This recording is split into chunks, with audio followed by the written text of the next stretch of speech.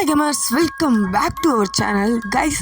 இன்றைக்கி நம்ம தமிழ் இண்டஸ்ட்ரியில் வளரப்போகிற ஒரு புது பிளாக் பஸ்டர் கேமை பற்றியோட கதையை தான் இந்த வீடியோவில் பார்க்க போகிறோம். கேமோட பேர் என்னென்னா ஊட்டி சைலன்ஸ் ரிமைன்ஸ். அதுதான் இந்த கேமோட பேர். அதோட கதை இந்த வீடியோவில் பார்க்கலாம். நமக்கு தெரிஞ்சு ரிசர்ச் பண்ண வரைக்கும் இதுக்கு ஃபுல் கதைலாம் இல்லை. ஏன்னா இவங்களே பண்ண கேம் தான். எப்படியும் ஒரு கிராணி கமலா அந்த மாதிரி இவங்களே பண்ண ஒரு கேமாக தான் இருக்கும். அதை பற்றியான கதையை தான் நம்ம இதில் பார்க்க போகிறோம். அதுக்கு முன்னாடி நம்ம சேனலில் ஃபஸ்ட் டைம் பார்க்குறவங்க மறக்காமல் லைக் பண்ணி ஷேர் பண்ணி சப்ஸ்கிரைப் பண்ணி பக்கத்தில் இருக்கிற பெல் ஐக்கனை கிளிக் பண்ணுங்க கைஸ். ஓகே, இப்போ நம்ம கதைக்குள்ளே போயிடலாம். என்ன ஆகுதுன்னா 4 ஃப்ரெண்ட்ஸ் இருக்காங்க கைஸ். 4 ஃப்ரெண்ட்ஸ் வந்து ஊட்டியை சுற்றி பார்க்குறதுக்கு வராங்க.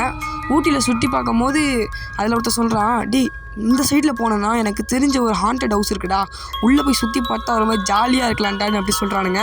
அதை கேட்ட உடனே ஒருத்தன், நமக்கு இதெல்லாம் தேவைதானா போகணுமான்னு கொஞ்சம் யோசிக்கிறான். அதில் இருக்கிற ஒரு பொண்ணு மொத்தம் என்ன சொல்கிறான், நமக்கு இதெல்லாம் வேணாண்டா, நம்ம அப்படியே ஓடி போயிடலாம், மாட்டினா நம்மளை முடிச்சு விட்ருவாங்க அப்படிலாம் சொல்லிட்டுருக்காங்க. அதில் இருக்கிற சரி அந்த ஒருத்தனை வந்து கன்வின்ஸ் பண்ணிடுறானுங்க. மிச்சம் 3 பேர் சரி ஓகே இந்த தடவை கன்ஃபார்மாக போவோம் அப்படின்னு சொல்லிட்டு தான் போகிறாங்க. போகிற வழியில் ஒரு லாரி இடித்து ஆக்சிடென்ட் ஆகி அவங்க மலை மேலேருந்து கீழே விழுற மாதிரி காட்டுவாங்க இந்த ட்ரைலரை வச்சு டீகோட் பண்ணாதான் தான் இங்கே சொல்ல முடியும்.